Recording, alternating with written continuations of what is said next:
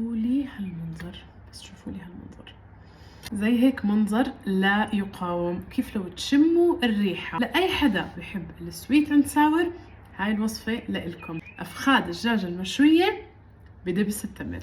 أول مرة جربت هاي الوصفة اعتمدتها وقلت لازم أشارككم إياها. بجيب الدجاج وبتبله بالزيت والليمون والخل وبملحه، وبعدين بضيف عليه البهارات المذكورة بالكابشن. بعد هيك بزيد شوية فلفل أسود، والسر بهالوصفة دبس التمر، وأنا عم بستخدم دبس التمر من الواحة.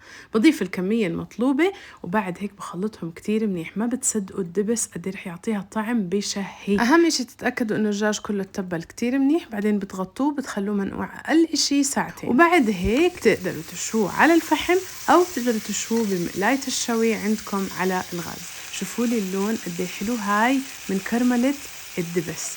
بعد هيك بتضيفوا الصوص، ما تكبوه بعد ما تستوي الدجاج، وبتقدروا تقدموها مع بطاطا مشوية أو مع رز.